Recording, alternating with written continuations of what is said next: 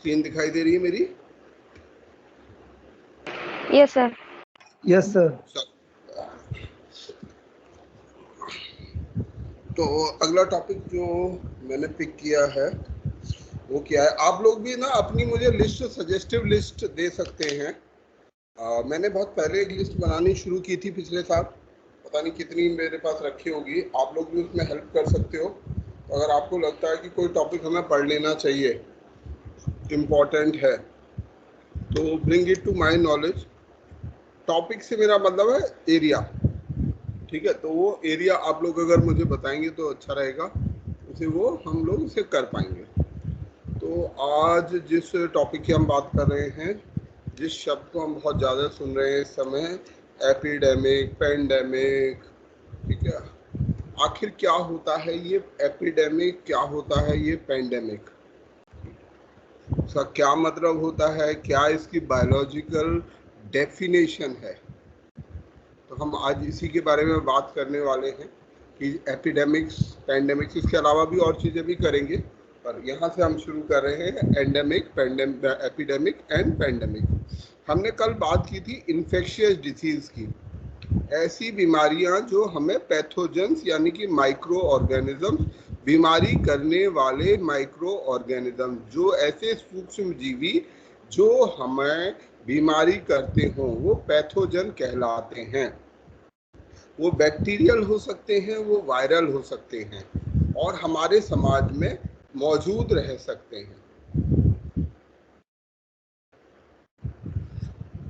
तो इसके स्प्रेड और रेट ऑफ न्यू केसेस के आधार पर, स्प्रेड के आधार पर और रेट ऑफ न्यू केसेस के आधार पर हम इसको, इस डेफिनेशन को डिफाइन करते हैं, एपिडेमिक, पेंडेमिक और एंडेमिक। तो एंडेमिक हमने कल बात की थी कि कोई एक ऐसी बीमारी जो किसी सोसाइटी में, एक कोई बीमारी जो परमानेंटली किसी खास क्षेत्र में, किसी खास आबादी में मौजूद रहती है, वो कहलाती है एंडेमिक।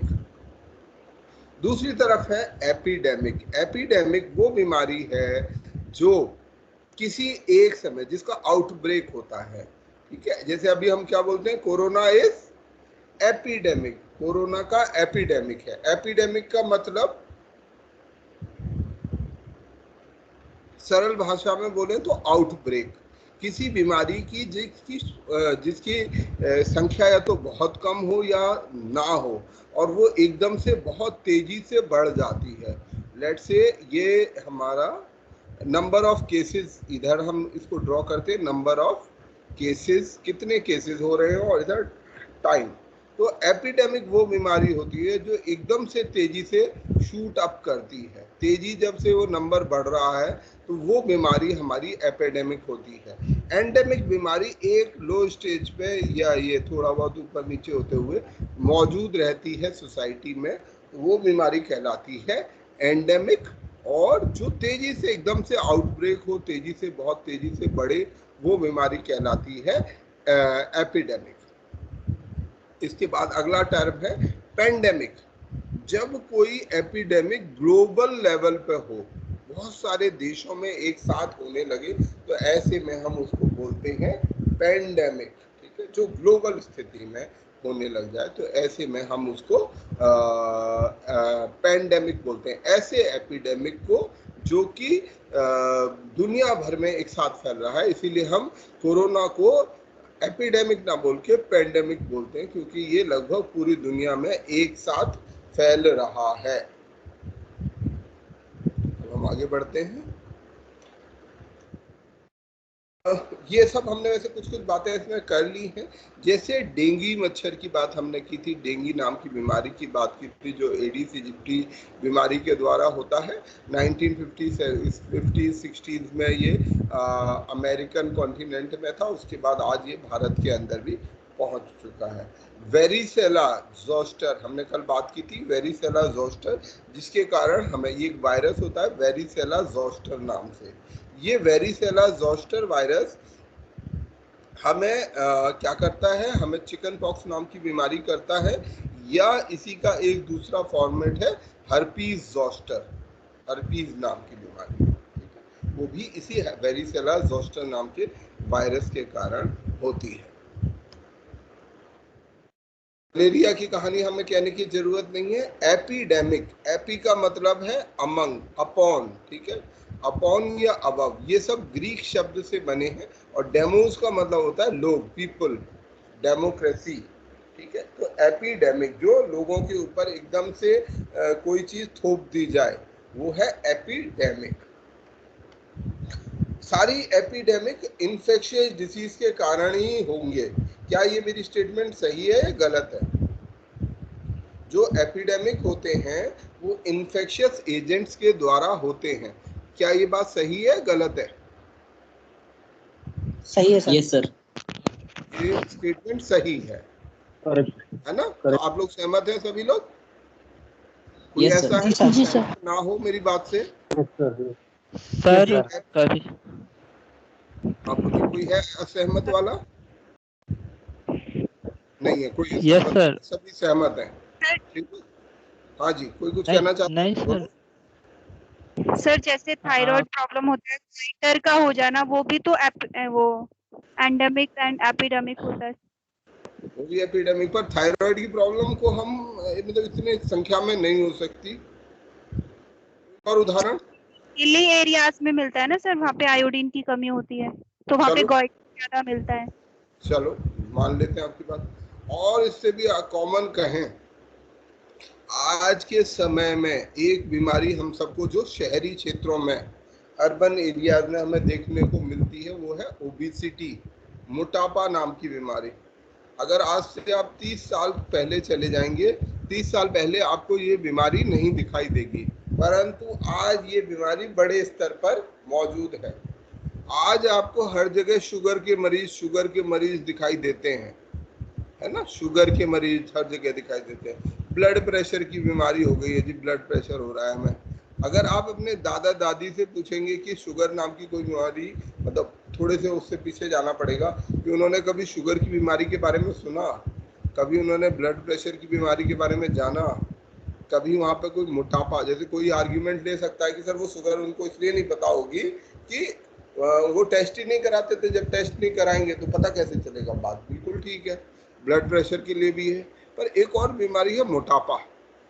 मोटापा एक ऐसी बीमारी है जो आज हम विजिबली देख सकते हैं। हम पहले के समय में 30 साल पहले, 40 साल पहले इतने मोटे लोग नहीं दिखाई देते थे। आज बच्चों के भीतर भी ये बीमारी बड़े स्तर पर मौजूद है। तो ओबेसिटी, तो ये कोई जरूरी बात नहीं है कि कोई बीमारी एपिडेमिक प्रोपोर्शन में होने के लिए, मतलब उसकी संख्या अगर तेजी से बढ़ रही है तो वो एपिडेमिक होने के लिए उसको इन्फेक्शियस होना आवश्यक नहीं है। ज्यादातर इन्फेक्शियस बीमारियां एपिडेमिक फॉर्मेट में होती हैं, परंतु सभी केवल एपिडेमिक इन्फेक्शियस डिजीज का होगा, ये स्टेटमेंट सही नहीं है, ठीक है। तो मेरी जो बात सर है वो, ये तो सर हाँ। सर ये जो स्टेटमेंट अगर अभी जैसे कि अभी आपने एपिडेमिक की डेफिनेशन बताई और एपिडेमिक ये भी कहा कि मतलब अगर वो ज्यादातर हो जाती है इन्फेक्शियस, लेकिन जरूरी नहीं है कि ये मतलब इन्फेक्शियस हो। लेकिन अगर ये स्टेटमेंट विद कंडीशन है, लेकिन अगर ये स्टेटमेंट वहां पे दे तो ये मतलब रॉन्ग ही है स्टेटमेंट ना कम्प्लीटली। मैं सवाल को ऐसे पूरा समझ नहीं पाया, फिर भी मैं एपिडेमिक को दोबारा समझा देता हूँ, ठीक है। अगर हमें एपिडेमिक समझ आ जाएगा तो ये डेफिनेशन प्रॉब्लम नहीं आएगी। एपिडेमिक का मतलब क्या होता है?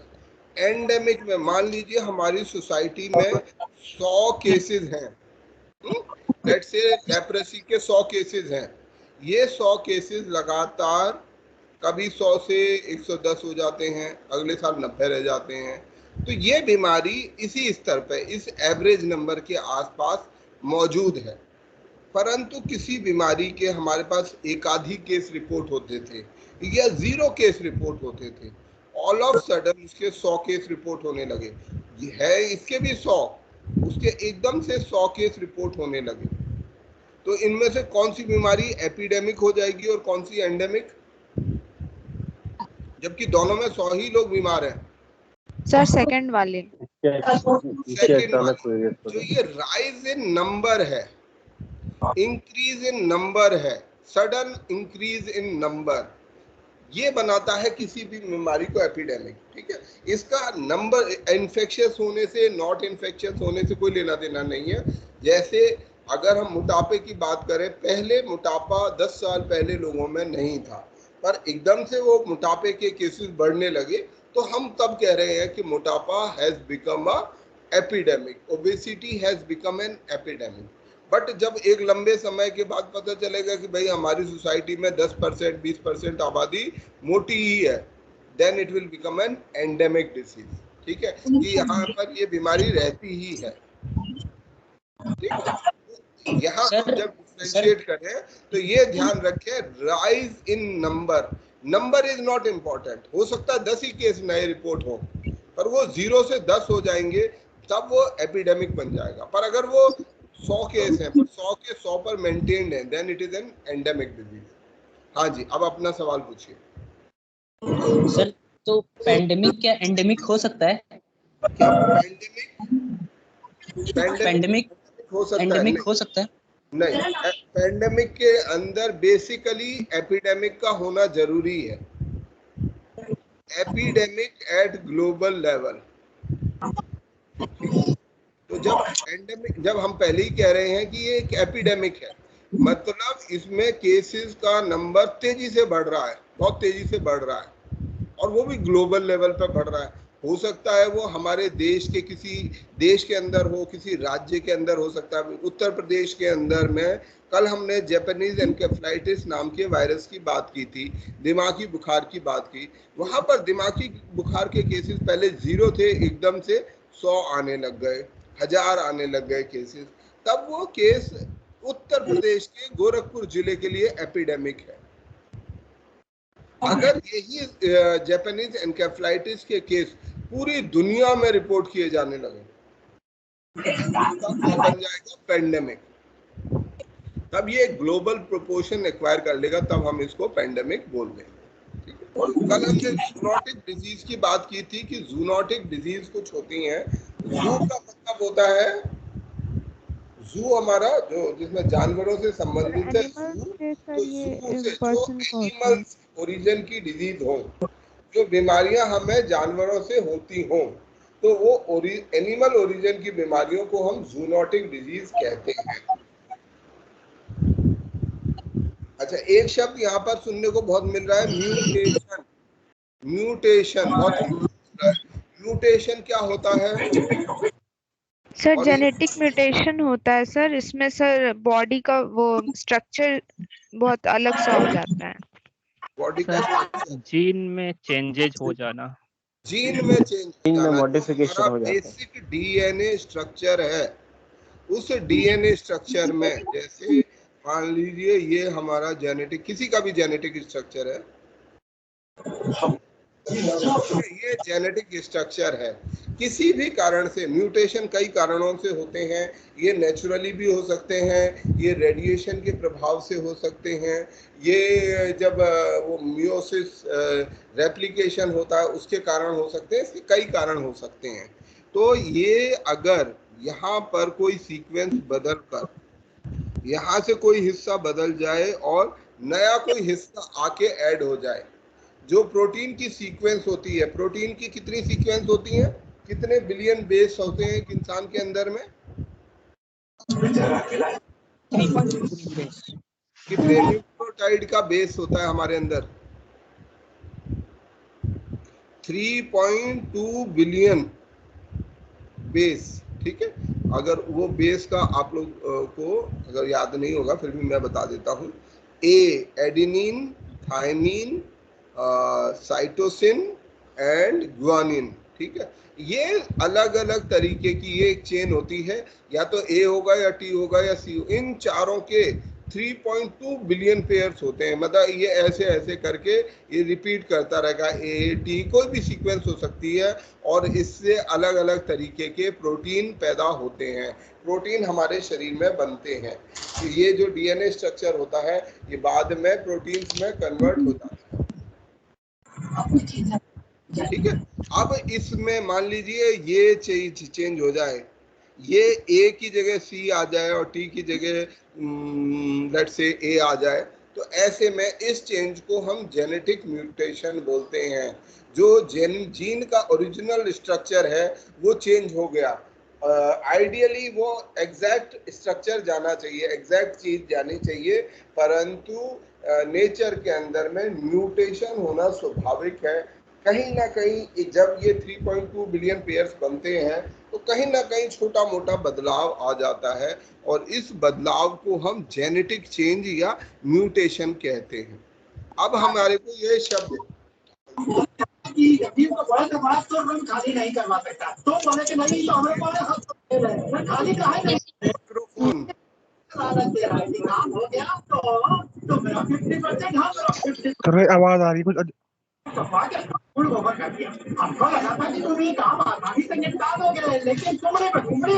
माइक्रोफोन ऑन है, मैं आपको हटा सकता हूँ। आप लोगों से देखो, आप लोग बहुत सीनियर हो, जो नए बच्चे हैं उनको मैं एक बार को टॉलरेट कर सकता हूँ इस चीज के लिए, आपको नहीं कर पाऊंगा। ठीक है, तो आप में से सभी लोग ध्यान रखें कि जब आप क्लास कर रहे हैं, ये अधिकार मैंने किसी को नहीं दिया है कि कोई क्लास को डिस्टर्ब करेगा। इसके लिए आपको अल्ट्रा केयरफुल रहना है, क्योंकि ये आपका भी थॉट प्रोसेस टूटता है, मेरा भी थॉट प्रोसेस, और कोई भी एक बच्चा अगर ये करेगा तो वो एक्सेप्टेबल नहीं है, और मैं ये बात दोहराऊंगा भी नहीं। Sir I have one question. हाँ जी, तब हम आगे चलते हैं। Sir one small question sir. Sir ये म्यूटेशन इज गुड और बैड? हाँ, ठीक है, अच्छा सवाल है। म्यूटेशन जो है, अब बताओ, कोई भी बताओ भाई, म्यूटेशन अच्छा होगा या बुरा होगा? सर ये बुरा ही होता है ज्यादातर। सर दोनों हो सकता है। दोनों हो सकता है। 3 चॉइस हो गई हमारे पास, good, bad, good and bad, no effect. कौन सी चॉइस लेना चाहोगे? सर गुड एंड बैड दोनों। Good and bad. अच्छा, गुड एंड बैड को क्वालिफाई कर देता हूं फिर मैं। Always good, sometimes good, rarely good, rarely good. Rarely good. Very good, okay. तो इसका आंसर होगा mutations are usually bad, they are all, मतलब most likely they are bad, because what they are doing, जो हमारा existing structure, वो किसी के लिए भी हो सकता है, किसी भी जीव के लिए हो सकता है, क्योंकि उसका जीव का जेनेटिक स्ट्रक्चर है, वो जेनेटिक स्ट्रक्चर उसने अपने माता पिता से अर्जित किया है, उसको उनसे मिला है। अब जो ये अगर उसके स्ट्रक्चर में चेंज हो जा रहा है तो उसको शरीर में कहीं ना कहीं कोई ना कोई ऐसी खराबी आ जाएगी, कोई ना कोई ऐसा नुकसान होगा जो उसके सर्वाइवल के लिए, क्योंकि हमारा अल्टीमेट जीवन का उद्देश्य सर्वाइवल है, तो उसके सर्वाइवल के लिए प्रॉब्लम हो जाएगा। जैसे हमारे कैंसर्स, जो हमारे कैंसर्स होते हैं या कोई और जेनेटिक डिसऑर्डर्स हैं, वो क्या है, बेसिकली म्यूटेशन बेस्ड कई सारे जेनेटिक डिसऑर्डर्स हैं। शरीर के अंदर में डीएनए का स्ट्रक्चर गड़बड़ हो गया, कोई खास प्रोटीन नहीं बनता या कोई चीज़ ज़्यादा बनने लगती है और उससे वो व्यक्ति बीमार हो जाता है, वो स्वस्थ नहीं रहता। ऐसा यूजुअली होता है, आमतौर में ज़्यादातर होता है, परंतु कुछ केसेस में म्यूटेशन अच्छे भी हो सकते हैं। कभी कभी शरीर में कोई ऐसा बदलाव भी आ सकता है जो उसको औरों के ऊपर, बाकी मतलब उसके समकक्ष जो और जीव हैं उनके ऊपर कुछ एक्स्ट्रा बेनिफिट दे दे। जैसे हम सब एवरेज तौर पर सभी लोगों का दिमाग जो है एक बराबर है, लगभग एक बराबर है। काफी कुछ किसी इंसान में अगर मान लीजिए दिमाग के लिए एक ही जीन काम करता है, जबकि ये स्टेटमेंट ठीक नहीं है, पर ऐसा मान लेते हैं हमारी मेमोरी किसी एक जीन के द्वारा निर्धारित होती है, कोई एक जीन है जो निर्धारित करता है। ज्यादातर लोगों की बीमारी लेट से 100 है। अब किसी के इस वाले जीन में कुछ डिफेक्ट आ गया, डिफेक्ट आने से क्या होगा, उसकी बीमारी 100 की बजाय 70 रह जाएगी, 50 हो जाएगी, 30 हो जाएगी, और वो मेंटल रिटार्डेशन का उसको प्रॉब्लम हो सकता है उस जीव को। परंतु रेयर केस में ऐसा भी हो सकता है कि उसकी जो मेमोरी है वो 100 की बजाय 110, 120 हो जाए। ऐसे में उसको वो बाकी सब पर एक एडवांटेज मिल जाएगा, और वो एडवांटेज कहलाता है हमारी इवोल्यूशन की भाषा में या डार्विन की भाषा में नेचुरल सिलेक्शन। ये जो चेंज हुआ, ये जो बाकी सब रह गए 100, मैं दूसरे पेज में इसको लेता हूं, बाकी सब रह गए 100, ठीक है, पर कोई एक आदमी बन गया 120, ठीक है। लेट्स से हम सब इंसान हैं, हम सब बहुत सारे इंसान, बिलियन ऑफ इंसान है, और बिलियन ऑफ इंसान का जो मेमोरी लेवल है लेट्स से 100 सब 100 वाले हैं। कुछ में डिफेक्ट हो गया और वो डिफेक्ट करने के कारण वो 50 रह गए, एक कोई है जो 70 रह गया, यहाँ बीच में एक और 100 आ गया, तो ऐसे 100 वाले लोग हो गए। तो जो ये 50 और 70 हैं, नेचुरली इनको डिसएडवांटेज है ना, ऑब्वियस सी बात है, उनको दिमागी रूप से दिक्कत होगी, तो उनका सर्वाइवल जो है, जो नेचुरल सर्वाइवल है, वो प्रभावित होगा, उन्हें किसी न किसी के ऊपर निर्भर रहना पड़ेगा। परंतु एक ये भी घटना घट सकती है कि कोई एक अपवर्ड डिफेक्ट आ गया, ऐसा कोई डिफेक्ट आया जिसने किसी दूसरे व्यक्ति को, एक व्यक्ति को 120 वो पावर दे दी, बाकी सबके पास ये चीज 100 है और एक के पास ये 120 है। अब हमारी कुदरत का क्या सिस्टम है, एक बोलते हैं उसको नेचुरल सिलेक्शन। डार्विन की ये थ्योरी है कि वो अगर नेचुरली सूट करता है ना, उसको नेचर में उसका ये मान लीजिए मेमोरी उसके काम आती है, उसकी याददाश्त उसके काम आती है, तो ये आदमी सेलेक्ट हो जाएगा, और धीरे धीरे सेलेक्ट होते होते क्या हो जाएगा, ये 100 वाले गायब होने लग जाएंगे और सब 120 वाले बन जाएंगे, क्योंकि ये रिप्रोड्यूस कर रहा है। ऐसे इसके जैसे जो और 120 110 वाले जीव होंगे, ये आपस में मीटिंग करेंगे और रिप्रोड्यूस करेंगे, तो ग्रेजुअली जो लेवल होगा मेमोरी का 115-20 ऐसे आने लग जाएगा। तो ये वाले जो लोग हैं ये धीरे धीरे एक्सक्लूड हो जाएंगे। तो ये म्यूटेशन का एक नेचुरल सिलेक्शन प्रोसेस है। So mutation is an necessary evil. अगर हमारी जेनेटिक्स में म्यूटेशंस नहीं आएंगे तो हम इवॉल्व नहीं करेंगे।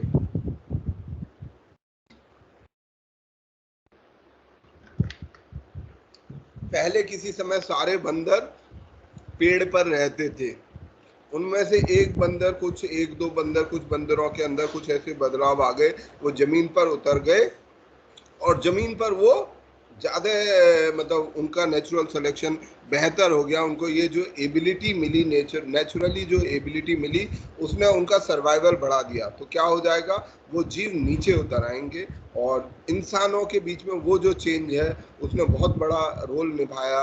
वो क्वाड्रीपीडल जीव से, 4 पैरों के जीव से 2 पैरों का जीव बन गया। तो इस तरीके के बदलाव हमारे भीतर आते रहते हैं, और ये पर बदलाव बहुत लंबे लाखों सालों में आते हैं, एक दो दिन में नहीं आते, इसलिए ये घबराने की जरूरत नहीं है किसी को कि मेरे अंदर कोई म्यूटेशन आ जाए। पर ये बदलाव जो होते हैं, ये बदलाव लाखों सालों में, करोड़ों सालों में आते हैं, जिसके कारण जीवन धीरे धीरे इवॉल्व करता है। तो हम अगले उस पर चलते हैं। पैंडेमिक की हमने बात कर ली, जो सबको, पैन का मतलब ऑल पीपल। तो यदि कोई बीमारी सभी को प्रभावित कर रही है तो वो बीमारी कहलाएगी पैंडेमिक। ये wider geographic area, global level पे बहुत बड़ी संख्या में लोगों को प्रभावित करती है, और ज़्यादातर किसी नए वायरस के कारण ये, या डोरमेंट वायरस के एक्टिव हो जाने के कारण ऐसी बीमारियां हमारे भीतर फैलती हैं। और इसका क्या कारण होता है कि अगर कोई बीमारी, जैसे कोरोना वायरस ने हमें एकदम से इतनी तेजी से क्यों प्रभावित किया, इतना घातक क्यों हो गया? अगर कोई नया वायरस आ जाता है, कोई नया, सर ये पैंडेमिक है। नहीं, वो क्यों हो जाता है पैंडेमिक? सर ये लार्ज लेवल पे फैला था, मतलब ग्लोबल लेवल उसके पे। अगेंस्ट हमारा इम्यून सिस्टम नहीं सवाल रिस्पॉन्स। सर इन्फेक्शियस था। डेंगू भी एक वायरस है, जो खांसी जुकाम वाला भी एक वायरस है, नॉर्मल जो कॉमन कोल्ड वाला भी एक वायरस है, वो क्यों नहीं हो जाता पैंडेमिक? ये हमारे बॉडी के लिए एकदम न्यू वायरस था सर। जो हमारा इम्यून सिस्टम होता है, हमारी इम्यूनिटी होती है, मैं ये टॉपिक भूल गया, इम्यूनिटी पर भी मुझे डिस्कस करना चाहिए था, आज मैं वो तैयार नहीं कर पाया, कल आपको तैयार करके बाद में किसी और क्लास में दिखाऊंगा कि इम्यूनिटी कैसे प्रभावित होती है, इम्यूनिटी होती क्या है। तो जो इम्यूनिटी होती है हमारी रोग प्रतिरोधक क्षमता, जो हमें रोगों से लड़ने के लिए तैयार करती है, उसके भीतर एक मेमोरी होती है, वो उसकी अपनी याददाश्त होती है, ये इम्यूनिटी की भी याददाश्त होती है। और ये इम्यूनिटी हम जनरेशन टू जनरेशन भी ट्रांसफर कर देते हैं। हमारे शरीर में एक चीज के लिए मेमोरी है तो हमारे अंदर जो डीएनए जेनेटिक सुटेबिलिटी बढ़ जाएगी और उस इम्यूनिटी को हम धीरे अगली जनरेशन में भी पास कर देंगे, तो अगली जनरेशन भी डेंगू से कम प्रभावित होगी। परंतु यदि कोई नया वायरस किसी पॉपुलेशन में एंटर कर जाता है, कोई ऐसा वायरस जो आज तक वहां की आबादी में ना आया हो, तो ऐसे में ये मेमोरी नहीं बन पाती है, इम्यूनिटी सिस्टम की कोई मेमोरी नहीं होती, और मेमोरी ना होने के कारण वो वायरस हमारे लिए ज्यादा खतरनाक हो जाता है। और यही कारण है कि जो बार बार बात हो रही है कि कोरोना वायरस और इसके म्यूटेंट, आपने सुना होगा ना, रोज आता रहता है डेल्टा वायरस, डेल्टा वेरिएंट आ गया, या कौन कौन से वेरिएंट, लंदन वेरिएंट भी एक टाइम आया था, डेल्टा प्लस वेरिएंट, अभी डेल्टा प्लस आ रहा है, अलग अलग बहुत सारे वेरिएंट इसके चल रहे हैं। तो ये वेरिएंट क्या है? ये वेरिएंट बेसिकली सेम वायरस के म्यूटेंट हैं, अलग अलग वायरस के म्यूटेंट है। और म्यूटेशन होने से क्या होता है, जब उसका शरीर का स्ट्रक्चर, जो जेनेटिक स्ट्रक्चर चेंज हुआ तो उसका शरीर का बाहरी स्ट्रक्चर भी चेंज हो गया, और हमारे शरीर में ये जो नेचुरल मेमोरी, इम्यून सिस्टम की मेमोरी है, वो स्थायी नहीं है, वो याद नहीं रख पा रहा कि यार ये कौन सा वायरस आ गया, और उसके प्रति प्रभावी तरीके से लड़ नहीं पा रहा। तो नए वायरस के लिए हमें इसलिए ज्यादा खतरा होता है क्योंकि उसकी हमारे शरीर में कोई मेमोरी नहीं होती। अच्छा, अब अगर कोई जो है किस आधार पर, इसीलिए इसमें डेथ भी ज्यादा हो सकती हैं, इसको कंट्रोल करने की, पेंडेमिक को कंट्रोल करने की, एपिडेमिक को कंट्रोल करने की जरूरत होती है। क्यों जरूरत होती है? जब आपको ध्यान होगा मार्च 2020 में पूरी दुनिया में जगह जगह प्रतिबंध लगाए गए। क्यों लगाए गए? अगर आपको ध्यान हो, एक केस हो रहा था, एक एक केस की गिनती हो रही थी, एक आदमी वहां पर मिला है जिसको एयरपोर्ट पर मिला है जिसको कोरोना वायरस है, और पूरी दुनिया में वो नेशनल हेडलाइन। आज जो है लाखों आदमियों को, हमें मुझे खुद हो गया, किसी को पूछने भी नहीं आया कि आपको कोरोना वायरस हुआ क्या। ऐसा क्यों हुआ? जब एक आदमी को हुआ था तब लोग इतने कंसर्न थे, और जब लाखों को हो रहा था तो लोग कंसर्न नहीं थे। ऐसा क्यों? डॉक्टर्स कंसर्न नहीं है, इसका क्या कारण हो सकता है? हर्ड इम्यूनिटी नहीं, not exactly herd immunity. Actually यहाँ पर जब किसी भी पॉपुलेशन में उसका नंबर बहुत लो होता है, जैसे कोरोना वायरस का एक मरीज आया, अब ये एक मरीज सैकड़ों लोगों को ये बीमारी ट्रांसफर करने की काबिलियत रखता है।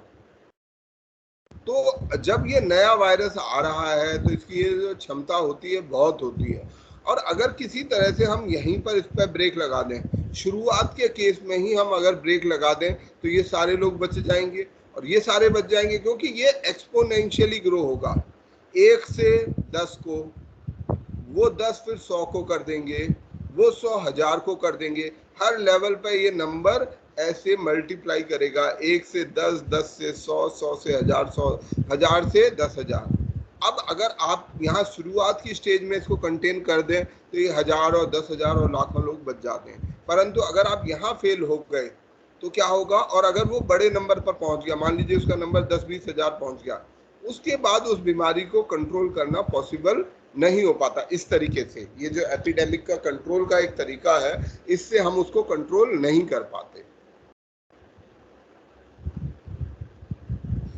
तो न्यूजीलैंड की जो प्राइम मिनिस्टर है उन्होंने भी ये लॉकडाउन, हाँ, ये किसी भी बीमारी के लिए, कोई भी बीमारी जब नई फैलती है तो उसके लिए ये चीज की जा सकती है भाई कि एक भी केस को मत होने दो।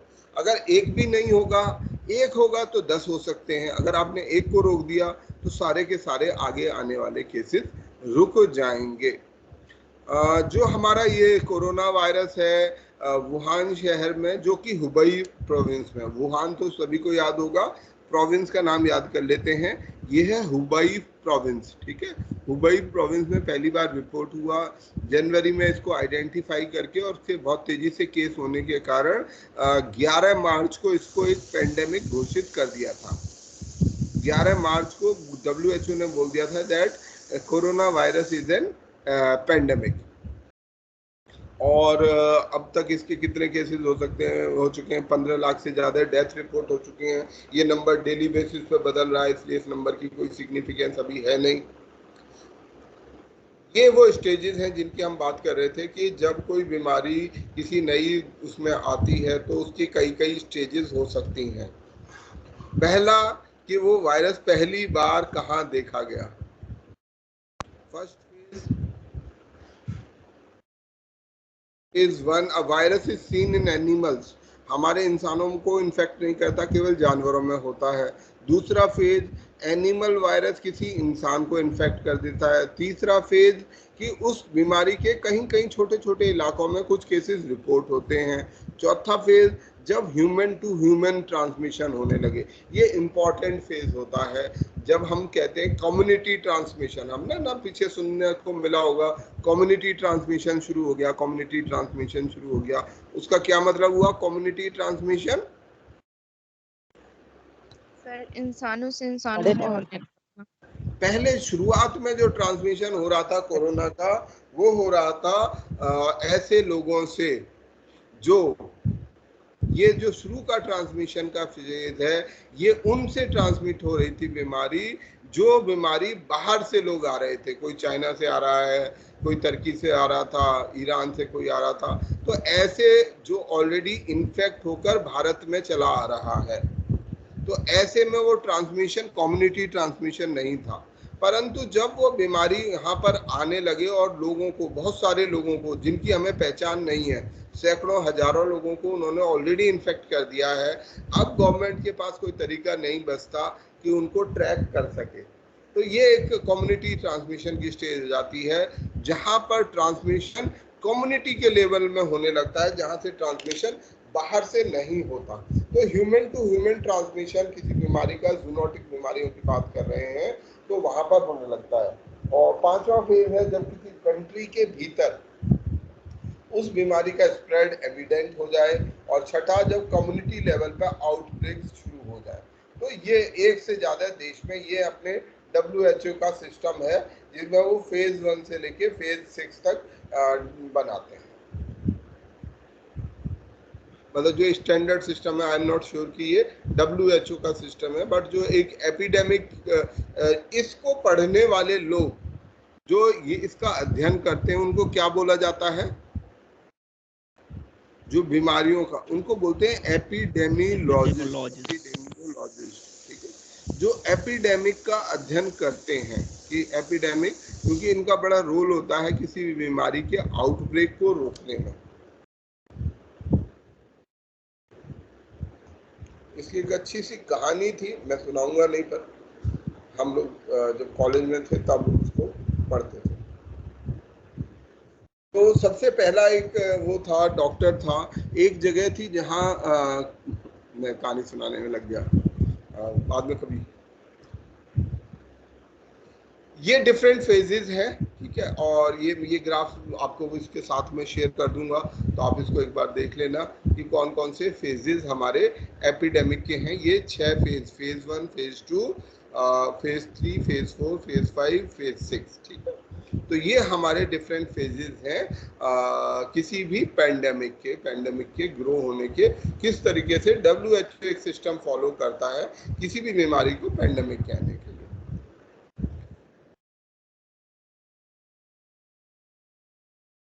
अगर पैंडेमिक हो जाता है, अगर ये होने लगता है, तो हम क्या करना चाहिए, कैसे हम इसको डील कर सकते हैं, कैसे हम पैंडेमिक को डील करें।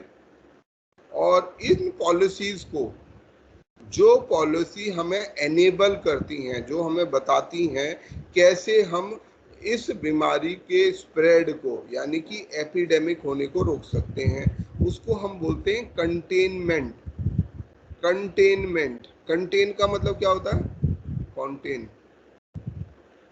सर वो कंटेनमेंट जोन यही था क्या? हाँ यही था। कंटेन क्या होता है? सर रोकना, सर कोई चीज रोकथाम, किसी चीज को रोकना, कंटेन करना, कंटेनर। ठीक है, जो किसी चीज को रोक के रखता है। पानी में हम पानी को किसी बर्तन में लेते हैं, कप में, ग्लास में, कटोरी में, किसी में लेते हैं, दैट इज अ कंटेनर। वो कंटेनर क्या कर रहा है? उस पानी को कंटेन करके रख रहा है। अगर वो कंटेनर नहीं होगा तो क्या होगा? पानी बह जाएगा। ठीक है, आप उस पानी को रोक के रखना चाहते हैं कि भाई ये पानी इसी दायरे के भीतर रहे, तो उसको ही इसी तरह से जैसे हम पानी को रोकते हैं, ऐसे ही हमें किसी बीमारी के स्प्रेड को रोकना होता है। हमें पता है कि भाई इस जगह पर, इस मोहल्ले में यहाँ एक आदमी है जो बीमार हुआ, ये आदमी कितने लोगों के संपर्क में आया उसको ढूंढने की कोशिश करते हैं कि भाई कितने लोगों के संपर्क में आया।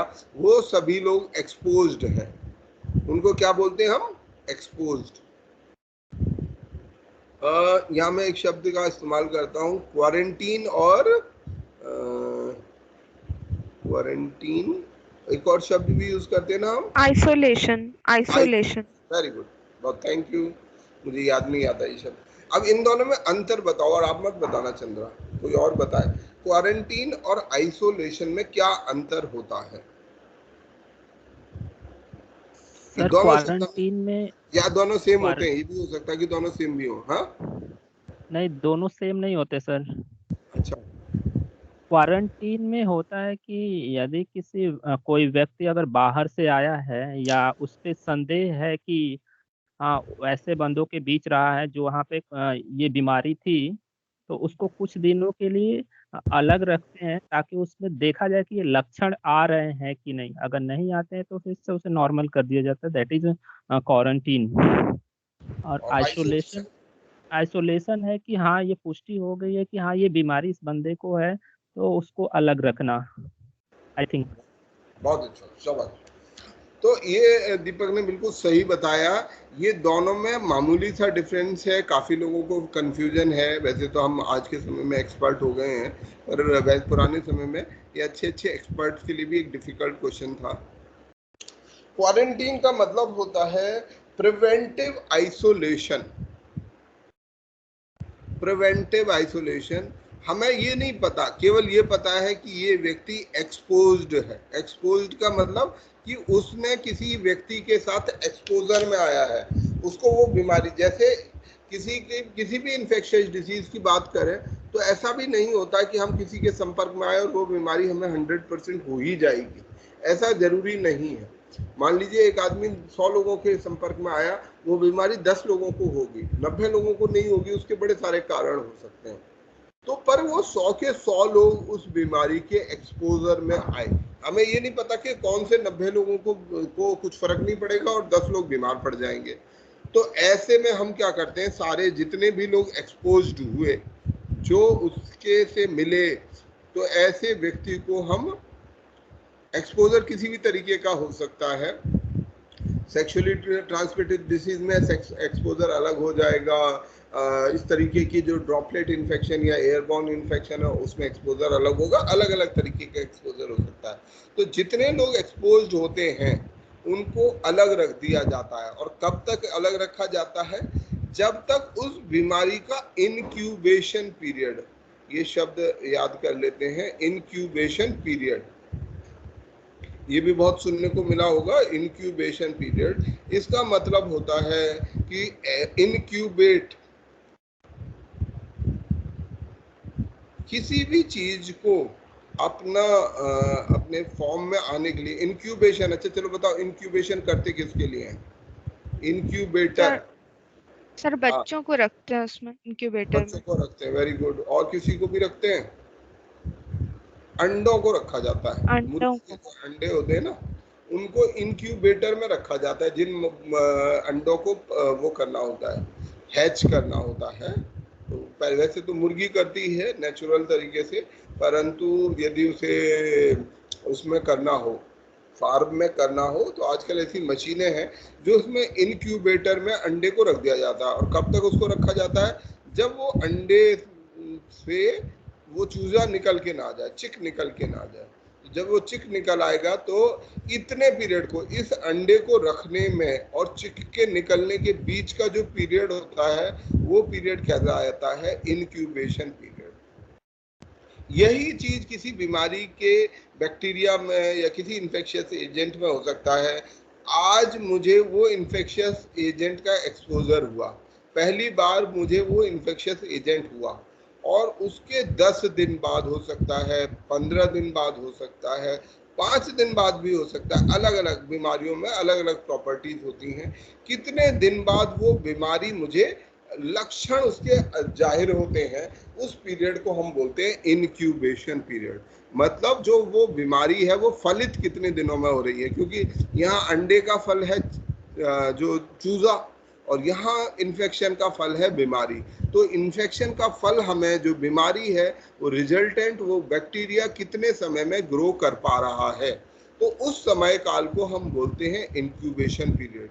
जो एक्यूट इंक्यूबेशन वाली बीमारियां होती हैं, एक्यूट बीमारियां होती हैं, एक्यूट बीमारी कौन सी होती है, कल हमने पढ़ा था, एक्यूट और क्रोनिक। जो धीरे धीरे फैलती हो, क्रोनिक होती हैं जो धीरे धीरे फैलती हैं, एक्यूट तेजी से फैलने वाली। तो जो एक्यूट बीमारियां होती हैं उनका जो इंक्यूबेशन पीरियड है वो छोटा होता है, 5 दिन, 10 दिन, 15 दिन होता है। और जो क्रोनिक लंबे इन्फेक्शन होते हैं, क्रोनिक इन्फेक्शन, उनका पीरियड लंबा होता है। उदाहरण के तौर पे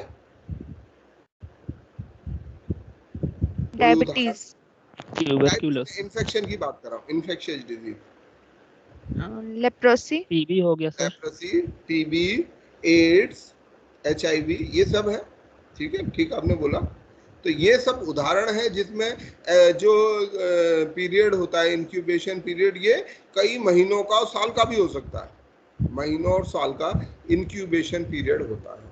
ठीक है, तो ये हमारा इंक्यूबेटर और इंक्यूबेशन और बीमारी का संबंध है, और हमें उतने समय के लिए उसको आइसोलेट करना पड़ता है जितने में वो बीमारी फलित होती हो, जितने में वो होती हो। ट्रेस कांटेक्ट की, जब कोई बीमारी नई फैलती है तो हमें उसके एक एक कांटेक्ट को, जैसे मैंने ऊपर बताया था ना कि एक एक आदमी को ढूंढना पड़ता है कि वो किसके संपर्क में आया। उस एक आदमी को फिर क्वारंटीन करना पड़ता है कि भाई वो हो सकता है सस्पेक्टेड इन्फेक्शन है, हो सकता है नहीं भी हो सकता, तो उसको हम quarantine for the period of infection incubation कर देते हैं, आइसोलेट कर देते हैं अगर वो आदमी ये एस्टेब्लिश हो जाए कि हाँ वो इन्फेक्टेड है। और प्रोटेक्ट करते हैं हम अपने जो वर्कर्स को, जो हमें पता है कि वो कांटेक्ट में आ सकते हैं, उनको प्रोटेक्शन करना।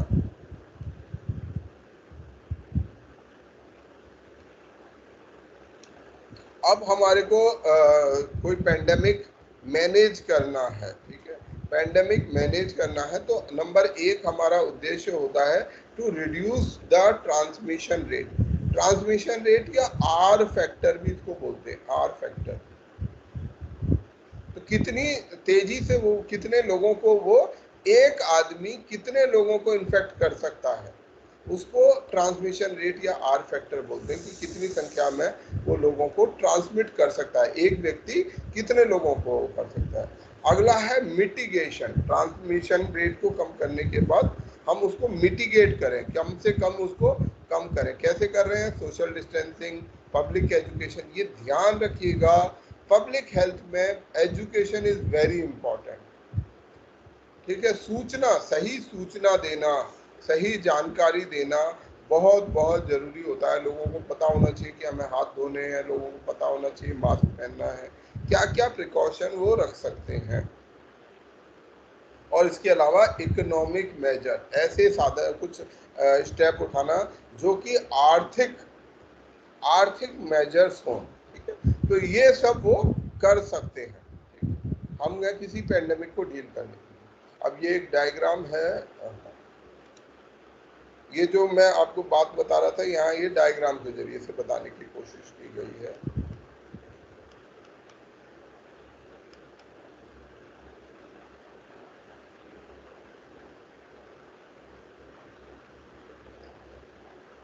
अगर हम, ठीक है, अगर हम अर्ली कंटेनमेंट करते हैं तो क्या हो सकता है, और अगर हम कंटेनमेंट ना कर पाए तो क्या हो सकता है। ये दोनों परिस्थिति में क्या क्या चीजें हो सकती हैं। अगर किसी बीमारी को कंटेन ना किया जाए तो हमारा जो ग्राफ होगा वो इस तरह से तेजी से ये बढ़ा और ये घटा, ठीक है। जैसे कि हमने अगर ध्यान से देखा हो कि अभी जो मई में अप्रैल में हुआ, कोई कंटेनमेंट नहीं हुआ, बीमारी बहुत यस तेजी सर। से फैली और वापस भी बहुत तेजी से हो गई। 1 महीने बाद केस आने अपने आप बंद हो गए क्योंकि सब बीमार हो गए। जब सब बीमार हो जाएंगे, क्यों ये अपने आप कंटेन हो जाती है? सर क्योंकि जब मोर्टेलिटी रेट बढ़ जाती है। नहीं, जब पॉपुलेशन पूरी हर्ड ही इम्यूनिटी। इन्फेक्ट हो गई, मेजॉरिटी, और फिर हर्ड इम्यूनिटी आ गई, तो अपने आप फिर वो बीमारी कम भी होने लगती है। ये एपिडेमिक जितने इन्फेक्शियस डिजीज हैं जिनका शॉर्ट इंक्यूबेशन पीरियड है, उनका कैरेक्टरिस्टिक है। तो ऐसे में जो है ये हमारे उसको अफेक्ट करता है। और ऐसे में अब जो ये लोग हैं, ठीक है, ये ट्रीटमेंट कैपेसिटी विद डिले, अगर हम इसे डिले कर देते हैं, ठीक, तो ऐसे में यहाँ पे देखो ये मेडिकल स्टाफ भी बीमार पड़ गया। अब मेडिकल स्टाफ बीमार पड़ गया, जो हेल्थ वाली चीज, तो ये जो पर्पल जो दिख रहा है ग्राफ का फेज, ये हमारी डेथ का एक बहुत बड़ा प्रोपोर्शन बनता है। ये सारे लोग, क्योंकि आपका मेडिकल स्टाफ यहाँ पर गायब हो गया, वो खुद बीमार है, हेल्थ फैसिलिटी चरमरा जाएंगी। तो जब भी एपिडेमिक होगा, अगर इस ग्राफ को हम ऐसे कर दें, बीमारी अगर है तो वो फैलेगी जरूर, ये भी ध्यान रखना है। अगर हम इस ग्राफ को ऐसे कर दें, अगर हम ध्यान से देखेंगे, जो ग्राफ का एरिया है, एरिया क्या रिफ्लेक्ट कर रहा है? Number of cases. Number of cases उतने ही रहेंगे जितने यहाँ पर केसेस हैं, उतने ही यहाँ पर हैं। परंतु क्योंकि ये हम अपने सिस्टम को मेंटेन किए गए, लोग उतने ही इन्फेक्ट हो रहे हैं दोनों केसेस में, परंतु हमारी हेल्थ कैपेसिटी के अंडर है। वो हेल्थ कैपेसिटी के अंदर इतनी शक्ति है कि उसे कंट्रोल कर सके। इसलिए अर्ली कंटेनमेंट बीमारी का बहुत ज़्यादा जरूरी है। और अगर हम अर्ली कंटेनमेंट में फेल होते हैं तो हम लोगों की जान खतरे में डालते हैं। और ऐसे में जो हमारे पब्लिक हेल्थ ऑफिशियल्स हैं, गवर्नमेंट है, सिस्टम है, उसका रोल बहुत महत्वपूर्ण हो जाता है। ये देखो, ये वही ग्राफ है, उसी को जैसे मैं आपको बताने की कोशिश कर रहा था। अगर अर्ली कंटेनमेंट, यहाँ पर कोई कंटेनमेंट मेजर नहीं हुए, ये जो डॉटेड लाइन है यहाँ कंटेनमेंट मेजर हुए। अब हमारी जो कैपेसिटी है, ट्रीटमेंट कैपेसिटी है, वो इतनी है, तो अगर वो उसके नीचे रहेगा तो लोग डेथ नहीं होगी, मॉर्टेलिटी कम हो जाएगी, क्योंकि उनका इलाज सही से हो पाएगा। अगर इलाज सही से नहीं होगा तो लोग इलाज ना मिलने के कारण मारे जाएंगे। ठीक है, ये एंडेमिक डिजीज, ये सब कुछ कुछ पॉइंट्स और हैं। तो एंडेमिक डिजीज क्या होती हैं इसको हम लोग नहीं चर्चा करते। ये आर फैक्टर, ये आर नॉट, इसकी बड़ी चर्चा हुई है। आर फैक्टर, इसको याद कर लेते हैं। बेसिकली ये दिखाता है आर नॉट कि हमारा स्प्रेड ऑफ डिजीज, बीमारी फैलने का कितनी दर है, कितनी तेजी से बीमारी फैल रही है। ये हमारा रिप्रोडक्शन नंबर है, कितने लोगों को वो रिप्रोड्यूस हो रहे हैं। Average number of people who will contract the virus from one person, मतलब एक आदमी अगर बीमार होता है, कितने लोगों को ये बीमारी देगा। अगर मान लो ये नंबर बड़ा है, लेट्स से 10 है, तो क्या होगा, एक आदमी 10 को बीमार करेगा, ये 10 100 को बीमार करेंगे, और थोड़ी ही देर में, दिनों में ये बीमारी बहुत तेजी से फैल जाएगी। परंतु अगर ये आर नॉट 1 से कम रहता है, अगर एक आदमी 1 से कम को इन्फेक्ट करेगा, 1 या 1 से कम को इन्फेक्ट करेगा, तो हमारी बीमारी का लेवल वही रहेगा। एक आदमी ने 1 को इन्फेक्शन दिया, ये एक आदमी अगले 1 को इन्फेक्शन देगा, और इससे ज़्यादा ये बीमारी नहीं फैलेगी, तो ये कंट्रोल में रहेगा। ठीक है, जब ये आर नॉट फैक्टर ऊपर जाने लगता है, तब ये हमारे लिए समस्या का कारण बन जाता है। अलग अलग तरीके की एंडेमिक डिजीज की बात कर रहे हैं, hollow endemic disease and hyper endemic disease. ये एक प्रकार के इन्फेक्शन हैं जो जल्दी लाइफ में, अर्ली लाइफ में ज़्यादा होते हैं। जो बच्चों में ज़्यादा हो वो हॉलो एंडेमिक है, जैसे मलेरिया। और हाइपर एंडेमिक है जो एक बड़े स्तर पर, जिसका नंबर बहुत बड़ा रहे, जैसे कि दो तरीके की एंडेमिक डिजीज हो सकती हैं। किसी बीमारी के 10 केस हैं सोसाइटी के अंदर, केवल 10 ही केस हैं, 10 से कभी 11 हो जाते हैं, कभी फिर 9 रह जाते हैं, ये इतने लेवल पर रहता है। पर अगर मान लीजिए है तो ये भी एंडेमिक, लेट से 10,000 केस हमेशा मौजूद रहते हैं, ये 10,000 से कभी 10,500 ऐसे होते रहते हैं, पर ये जो नंबर है ये बड़ा होता है। अगर ये हाई रेट पे हो रहा है, मतलब जो संख्या है वो ज्यादा है, तब ये कहलाती है हाइपर एंडेमिक डिजीज। हमारे लिए यहाँ एक महत्वपूर्ण चीज आती है, वो है एपिडेमिक डिजीज एक्ट 1987, 1897 का एपिडेमिक एक्ट। ये बहुत न्यूज में आया। इस एक्ट ने, ये ऑलमोस्ट रिडंडेंट एक्ट था, लंबे समय से इस्तेमाल नहीं किया जा रहा था, पर कोरोना में ये सरकार के बड़े काम आया। और भारत सरकार की हेल्थ मिनिस्ट्री ने इसके सेक्शन 2 के अंदर बड़े सारे डायरेक्शंस इशू किए। ये एपिडेमिक एक्ट क्यों आया था? ये एपिडेमिक एक्ट अंग्रेजों द्वारा लाया गया था प्लेग को कंट्रोल करने के लिए। प्लेग जो उस समय 1857 में था, 97 में था, उसको रोकने के लिए, उस पर काबू करने के लिए ये एपिडेमिक एक्ट आया। और काफ़ी लोगों ने इसका विरोध किया था, जिसमें बाल गंगाधर तिलक शामिल थे। और इसके अलावा अगर आपको ध्यान हो, हमने पढ़े थे कौन से ब्रदर्स थे? चापेकर बंधु, चापेकर ब्रदर्स, चापेकर थे ना? Yes sir. चापेकर ब्रदर्स, तो चापेकर ब्रदर्स ने उसको रैंड को, इनको मारा था ना, नासिक में या पूना में? हेलो, कोई कंफर्म कर सकता है मेरा ये फैक्ट? यस सर, मैं सही बोल रहा हूँ? Yes sir, yes sir. तो वो इसी एक्ट के कारण, इसी का विरोध था। प्लेग क्योंकि बहुत बड़े स्तर पर फैला, सरकार उसे कंट्रोल नहीं कर पाई, और एपिडेमिक का एक्ट का इस्तेमाल करके लोगों पर ज्यादतियां अलग थी। तो ये जो एक्ट है, ये किसी भी एपिडेमिक को फैलने के समय में ये इस्तेमाल किया जा सकता है। इसके सेक्शंस को देख लेते हैं एक बार। ये हमारा एक्ट पूरे भारत पर लागू है।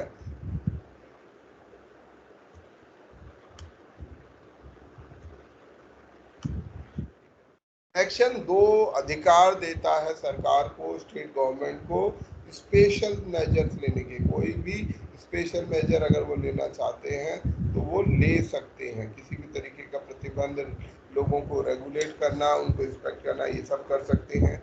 सेक्शन 2A सेंट्रल गवर्नमेंट को पावर देता है किसी भी प्रकार की बीमारी को कंट्रोल करने के लिए।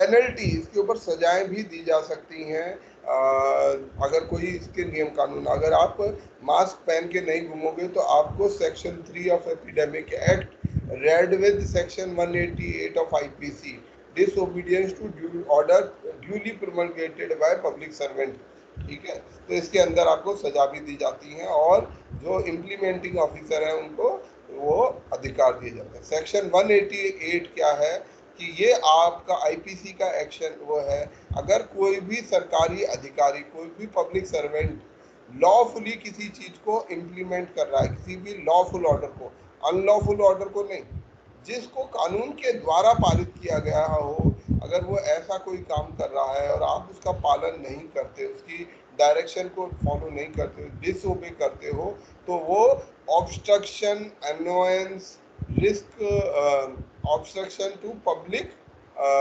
सर्वेंट हो जाता है। और ऐसे में सिंपल इम्प्रिजनमेंट, साधारण सजा 1 महीने की दी जा सकती है किसी भी व्यक्ति को, और अगर ये डिसोबीडियंस के कारण किसी का जीवन खतरे में आता है तो उसको और ज्यादा सजा दी जा सकती है। ये सेक्शन 188 है। अगर किसी का जीवन खतरे में आता है तो 6 महीने की सजा। यानी कि अगर मास्क आप नहीं पहनोगे, कोई नहीं पहन रहा, तो आप, या आप नहीं पहन रहे, तो कितने महीने की सजा हो सकती है? आपको जेल हो सकती है 6 months।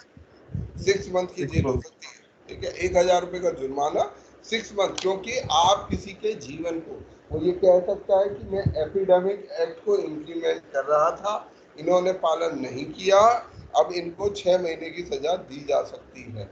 ये आपका कानूनन अपराध है। यही जो अभी मैं ऊपर चर्चा कर रहा था, जनवरी 1857 को ये टेबल किया गया था, ब्यूबोनिक प्लेग मुंबई में फैला हुआ था, उसको कंट्रोल करने के लिए।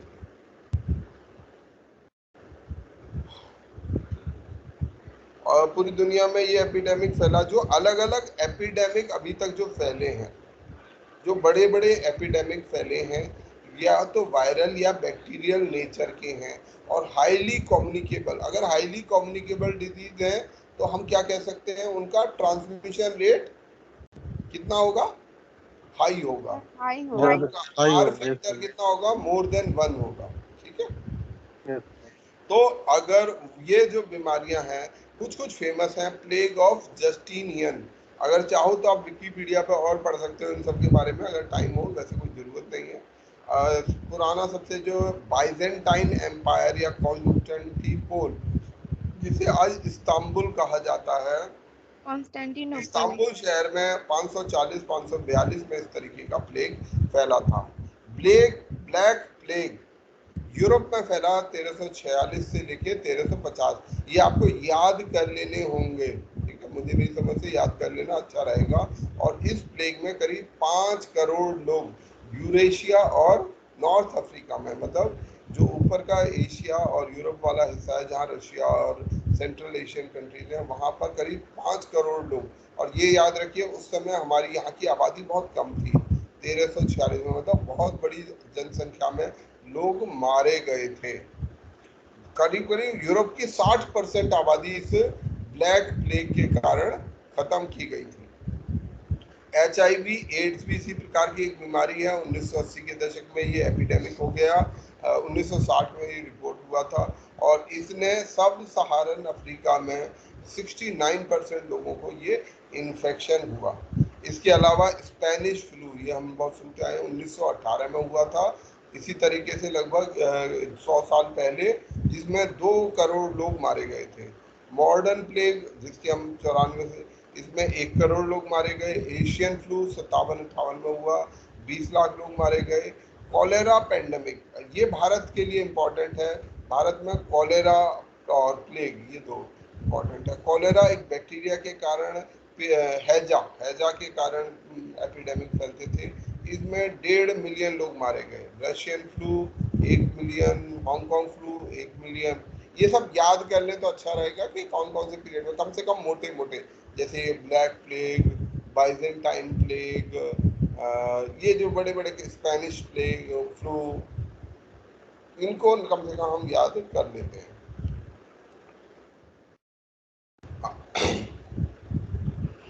अब हमने कोविड से लड़ने के लिए क्या क्या किया, ये सब हम छोड़ देते हैं। ये सब मुझे नहीं लगता है कि ये इम्पोर्टेंट है। सबके साथ मीटिंग की, वो सब की, मैंने अलग से इस काम को किया हुआ है, वहाँ मैं आपको इसके बारे में चर्चा कर दूंगा। हाँ, इसके लिए टेस्ट के लिए 2 प्रकार के टेस्ट हैं जो किए जाते हैं कोविड को टेस्ट करने के लिए। अभी तक जो टेस्ट आमतौर पर उपलब्ध हैं, PCR टेस्ट है। PCR टेस्ट का मतलब होता है polymerase chain reaction, P for polymerase, C for chain, R for reaction test. ठीक है, PCR टेस्ट बोलते हैं इसको। रियल टाइम PCR टेस्ट होता है ये, और ये जीन सीक्वेंसिंग पर, ठीक है। तो ये जीन सीक्वेंसिंग, हमने जीन सीक्वेंसिंग पढ़ी थी, वो क्या होती है जीन सीक्वेंसिंग? सर डीएनए को एक्सट्रैक्ट करते हैं। एक्सट्रैक्ट करके उसे वो करते हैं, उसके ABCD पढ़ते हैं, ठीक है, तो उसे सीक्वेंस करते हैं, उसमें गलती होने की गुंजाइश नहीं होगी। दूसरे तरीके का एक और टेस्ट होता है जिसको रैट टेस्ट बोला जाता है, rapid antigen antibody test, rapid antigen test. इसमें इसे एक एंटीजन के साथ रिएक्ट करते हैं और इसका रिजल्ट तुरंत हाथ के हाथ आ जाता है।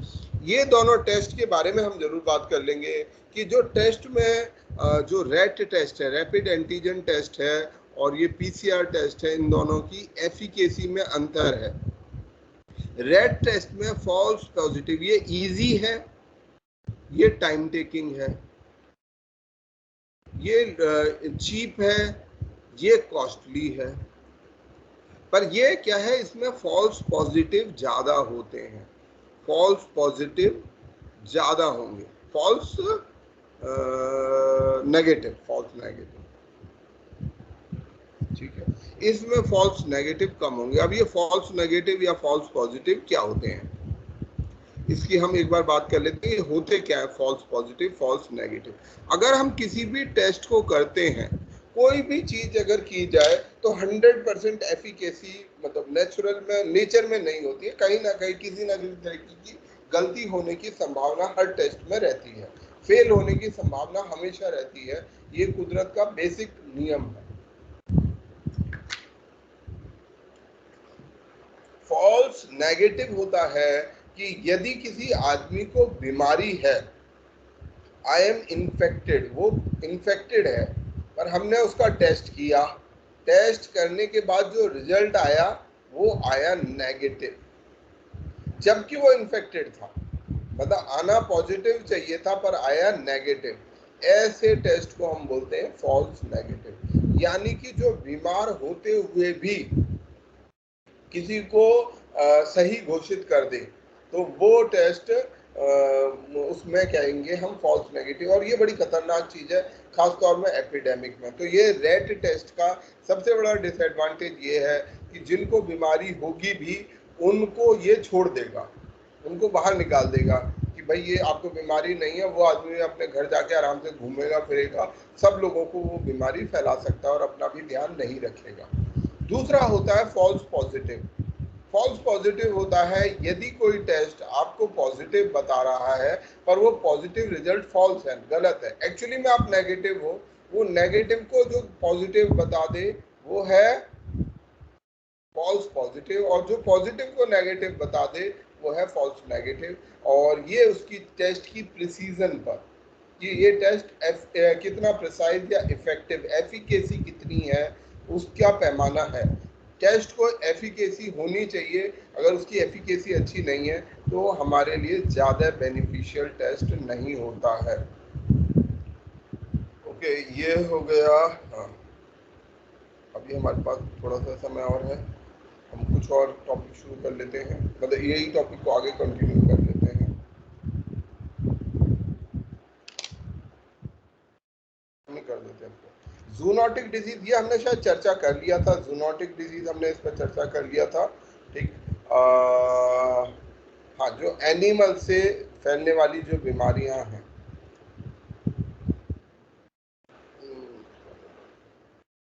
डिजीज जो एनिमल से होने वाली बीमारियां हैं, ये अलग अलग तरीके से हमने कल पढ़ लिए थे। वाटर बॉर्न डिजीज हो सकती है या फूड बॉर्न, डायरेक्ट कांटेक्ट के जरिए से हो सकते हैं, टच से, इनडायरेक्ट कांटेक्ट से, वेक्टर के द्वारा, किसी साधन के द्वारा। टाइप ऑफ इन्फ्लुएंजा, जो अलग अलग तरीके के इन्फ्लुएंजा हैं, influenza A, bat influenza, influenza in cat, canine influenza, ये सब छोड़ देते हैं। स्वाइन इन्फ्लुएंजा, एवियन इन्फ्लुएंजा और स्वाइन इन्फ्लुएंजा थोड़ा सा न्यूज में है कि ये एवियन इन्फ्लुएंजा इंसान को, बर्ड्स के द्वारा जो इन्फ्लुएंजा है, जो कि एक्वेटिक बर्ड्स में, ठीक है, वाइल्ड एक्वेटिक बर्ड से हमारे इंसान को हो जाता है। और दूसरा ये स्वाइन फ्लू, ये दो हमारे लिए महत्वपूर्ण है, स्वाइन फ्लू और एवियन फ्लू। स्वाइन फ्लू भी एक ये होता है पिग्स से, ये हो गया, ये सब मेरे ख्याल से आपको जरूरत नहीं है। Bacterial zoonotic disease, viral zoonotic disease, rickettsia भी एक प्रकार का जीव होता है, micro organism, protozoal, helminthic, ectoparasite. Ectoparasite ऐसे जीव होते हैं जो हमारे बॉडी के सरफेस पे रहते हैं। एक्टो का मतलब होता है बाहर, एंडो का मतलब होता है अंदर, तो एक्टो मतलब बाहर, जो हमारे शरीर के बाहर रहते हो, जैसे लाइस, जुए, ये छोड़ देते हैं। फैक्टर इन्फ्लुएंस, प्रेवलेंस ऑफ, ये सब भी छोड़ते हैं। अब कायनासूर फॉरेस्ट डिजीज, इसके बारे में हमने कल बात की थी, इसको छोड़ते हैं। ये कोविड-19 की हमने बात कर ली थी। कुछ कुछ बीमारियां ये हमने पढ़ा नहीं है ना अभी। No sir. तो जो कोरोना वायरस के जो और वेरिएंट हैं इसके अलावा, वो जो इम्पोर्टेंट है उनमें है सार्स कोविड, और ये सार्स की फुल फॉर्म है सिवियर एक्यूट रेस्पिरेटरी सिंड्रोम, जैसे रेस्पिरेटरी इन्फेक्शन होता है वो इसमें प्रेजेंट होता है। 2002-3 में ये सार्स कोरोना वायरस फैला था सदर्न चाइना से, और इस सार्स को मैं भी काफ़ी लोगों की दिक्कत हुई, इसमें 26 देशों में फैला था और कई हजार इसमें केस हुए। एक और बीमारी है जिसका नाम है मर्स, मिडिल ईस्ट रेस्पिरेटरी सिंड्रोम। ये हमारे मिडिल ईस्ट रीजन में और सऊदी अरेबिया से मिडिल ईस्ट के देशों में ये फैला, सऊदी अरेबिया में ये फैला था। और इस इन्फेक्शन की खासियत ये है कि ये इन्फेक्शन जो है बहुत ज़्यादा इसकी हाई मॉर्टेलिटी है। ये इन्फेक्शन अगर किसी को होता है तो उसमें डेथ रेट बहुत ज़्यादा है। मॉर्टेलिटी शब्द हमने बहुत सुना होगा। मॉर्टेलिटी का मतलब किसी बीमारी से मृत्यु हो जाना। इसका एक और वेरिएंट है, वो है मॉर्बिडिटी। मॉर्बिडिटी होती है किसी बीमारी से कितने डिजीज होना, बीमारी होना। नीफा वायरस एक और तरीके की जूनोटिक बीमारी है जो हमें बैट और पिग से होती है। जूनोटिक डिजीज इंडिया में ये आपके खुद के पढ़ने के लिए है, मैं अपने इस पर आता हूँ,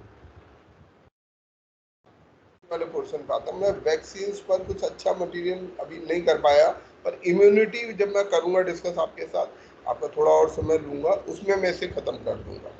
तो हमने आपने एक वैक्सीन सुनी होगी जिसका नाम है mRNA वैक्सीन, ठीक है। ये हमारे द्वारा, भारत के द्वारा indigenous mRNA vaccine DCGI drug controller general of India, जो हमारे देश में ड्रग्स का, दवाइयों का या इलाज की जितनी चीज़ें होती हैं, फार्मास्यूटिकल और जो सर्जिकल इक्विपमेंट को कंट्रोल करता है, drugs controller general of India, इसका ट्रायल mRNA वैक्सीन का जो भारत के द्वारा बनाई गई उसका ट्रायल इसने अलाउ कर दिया था।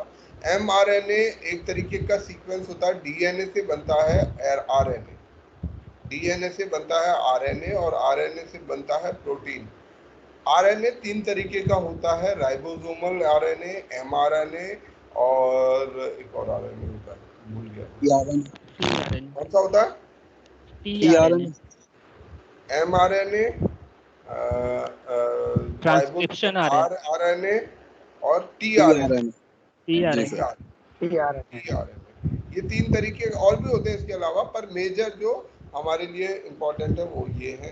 ये mRNA हमारे बॉडी में जो जेनेटिक सिग्नल्स है उसको कैरी करने में बहुत बड़ी भूमिका निभाता है, और इसी mRNA के आधार पर एक वैक्सीन भारत में इस पर काम किया गया है। और ये वैक्सीन जो है नीडल फ्री है। इसके कई एडवांटेजेस हैं अदर उसके, कि इसे नीडल से देने की ज़रूरत नहीं है, इसे नेजल स्प्रे द्वारा मतलब नाक में जैसे एक स्प्रे के द्वारा दिया जा सकता है, और इसकी जो वो भी होगी इम्यूनिटी, वो कहीं ज़्यादा लंबी होगी।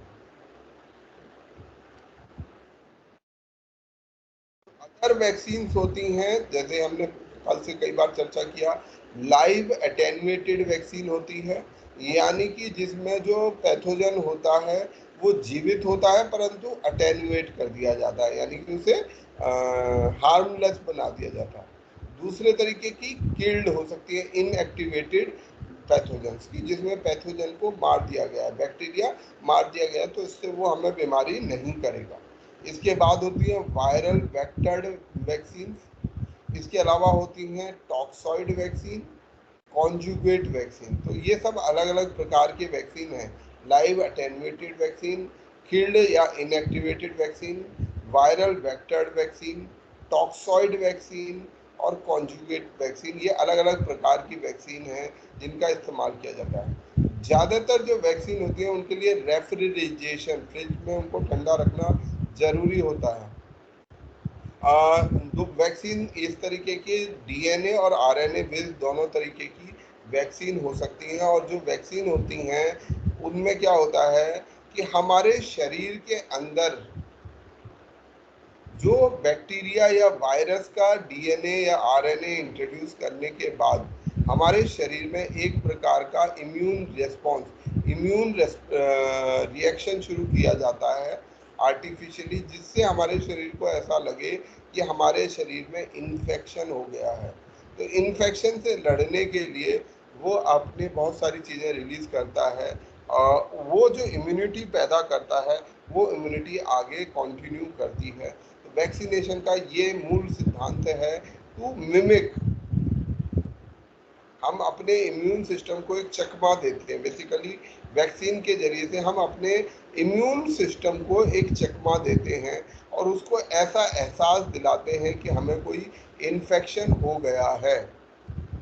तो जब हमारे शरीर को ऐसा लगता है कि हमें कोई इन्फेक्शन हो गया है तो वो उससे लड़ने का कार्यक्रम शुरू कर देता है। तो ये मिमिक करता है इम्यून सिस्टम को हमारा। सर हाँ जी सर, एंटीबॉडी क्या होता है? एंटीबॉडी क्या होता है?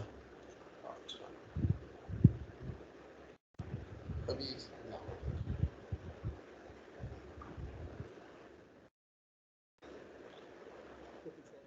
बचा हुआ है हमारे शरीर में जो इम्यून रिएक्शन, या एक काम करें से इम्यूनिटी के साथ पढ़े, वहां पर एक ज्यादा क्लियर होगा। ठीक है, क्योंकि अभी मैं जल्दी में आपको बताऊंगा, आधा अधूरा बताऊंगा। इम्यूनिटी के साथ इम्यूनिटी के कई सारे एस्पेक्ट्स हैं जो हम ज्यादा टाइम नहीं लगेगा, 10-15 मिनट का काम है, पर हम इम्यूनिटी को अलग से पढ़ लेंगे तो तभी हम वैक्सीन के ऊपर और चर्चा कर लेंगे। हमारे जो कोविड से संबंधित जो जो चीजें हुई हैं उसमें भारत ने ये मिशन कोविड सुरक्षा वो किया है, लॉन्च किया है, और इसके द्वारा हम लोग कोविड-19 वैक्सीन के लिए काम कर रहे हैं। 900 करोड़ इसमें सैंक्शन किए गए हैं। मिशन कोविड सुरक्षा 12 महीने के लिए 5 से 6 वैक्सीनों पर इसमें काम किया गया है इस कोविड सुरक्षा मिशन के अंतर्गत। ठीक, और इसे मतलब रिसर्च एंड डेवलपमेंट इन सबको बढ़ावा देना, डिपार्टमेंट ऑफ बायोटेक्नोलॉजी का इसमें अपना रोल है। Biotechnology industry research assistance council इसका रोल है। ये बायरेक, हमने इसके बारे में पढ़ा था। बायरेक, अगर इसका नाम याद रखेंगे, हमारे जितने बायोटेक्नोलॉजी के प्रोजेक्ट होते हैं इसमें इसका रोल रहता है। हमने डीएनए टेक्नोलॉजी में भी इसकी बात की थी। अब हमारे इसका मिशन के उद्देश्य क्या है कि हम कोविड से लड़ने के लिए हार्मोनाइज्ड प्रोटोकॉल्स बनाए, मतलब सभी लोग एक ही दिशा में काम करें। ऐसा ना हो कि उत्तर प्रदेश अलग पॉलिसी बना रहा है, दिल्ली अलग पॉलिसी बना रहा है। ट्रेनिंग सबकी एक जैसी हो, डाटा मैनेजमेंट हो, मतलब हमारे पास इंफॉर्मेशन रहे कहाँ क्या हो रहा है, रेगुलेटरी सबमिशन हो, प्रोसेस डेवलपमेंट किया जाए, सेल लाइन डेवलपमेंट किया जाए, जीएमपी बैच फॉर एनिमल टॉक्सिनोलॉजी, ये सब आप छोड़ सकते हो। Development of suitable target product funding, ठीक है। कैंडिडेट वैक्सीन, मतलब ऐसी वैक्सीन को आइडेंटिफाई करना और उनके लिए टारगेट प्रोडक्ट फंडिंग जुगाड़ना। Testing, manufacturing, licensing and distribution arrange करना। किसी भी वैक्सीन बनाने को पहले टेस्टिंग होगी, फिर मैन्युफैक्चरिंग होगी, फिर लाइसेंस होगा और फिर डिस्ट्रीब्यूशन होगा। इससे पहले उसके लिए क्लिनिकल ट्रायल्स होंगे। क्लिनिकल ट्रायल क्या होते हैं? क्लिनिकल ट्रायल होते हैं हम जब भी कोई नई दवा को इंट्रोड्यूस करते हैं, किसी भी नई दवा को, वैक्सीन को इंट्रोड्यूस करते हैं, तो ऐसे ही हम पब्लिक में उसमें नहीं भेजने लग जाते। हम लोग क्लिनिकली हॉस्पिटल सेटिंग्स में उन पर रिसर्च करते हैं। कुछ लोगों को ट्रायल बेसिस पे वो दवाई दी जाती है या वैक्सीन दी जाती है और उसका आउटकम का वेट किया जाता है कि इसका क्या रिजल्ट निकल के आ रहा है। तो ये सब काम हमारे इस मिशन कोविड सुरक्षा में किए गए। अलावा जो अदर इनिशिएटिव हमारे उसमें लिए गए, उसमें एक ये कवच है, centre for augmenting war with covid health crisis कवच, CAWACH, Aarogya Setu mobile app, कोविड-19 Shri Shakti challenge, air transport bubble agreement, ऐसे लोग जो बाहर फंसे हुए थे उनको लाने के लिए, STPI science technology innovation policy, mRNA vaccine हमने ऊपर बात कर ली, एंड कैंडिडेट्स फॉर कोविड-19 वैक्सीन। ये सब कुछ हमने प्रोजेक्ट लिए थे। जो अलग अलग तरीके की वैक्सीन जो भारत में हम लोग जिन पर ट्रायल कर रहे हैं, जो पॉपुलरली हम सुन रहे हैं, वो है स्पुतनिक 5, और ये हमारे, ठीक है, अर्थ का सैटेलाइट स्पुतनिक सैटेलाइट था, उसके द्वारा रशिया ने जो छोड़ा था उसके नाम पर ये स्पुतनिक बनाया गया है। कोवैक्सीन इंडियन वैक्सीन है जिसको भारत बायोटेक द्वारा बनाया गया और ICMR के साथ मिलकर। ये जाइडस कैडिला कंपनी है, जो जाइडस कैडिला, जाइडस नाम की कंपनी फार्मास्यूटिकल, उसकी वैक्सीन है ZY-CoV-D, और इसमें जो है DBT डिपार्टमेंट ऑफ बायोटेक्नोलॉजी के सहयोग से, और ये एक कोविड वैक्सीन है जो फाइजर कंपनी द्वारा डेवलप की गई है, BNT162b2, ठीक है, फाइजर कंपनी के सहयोग से। तो ये कुछ वैक्सीन हैं जो हमारे इसमें है। इसमें कोविशील्ड का नाम नहीं है, इसमें कोविशील्ड और ऐड कर लेते हैं। कोविशील्ड, कोवैक्सीन, ZY-CoV-D, BNT162b2 और स्पुतनिक 5, ये कुछ वैक्सीन हैं जो कोविड के समय में हमारे आसपास हमें नजर आई। तो अभी के लिए हम यहीं करते हैं समाप्त आज की क्लास, और आप लोग से कर लीजिएगा कल इम्यूनिटी और कुछ और टॉपिक, फिर हम नए टॉपिक को शुरू करेंगे, ठीक है। Thank you so much, good night. Thank you sir. Thank you sir. Thank you sir, good night. Thank you sir, good night.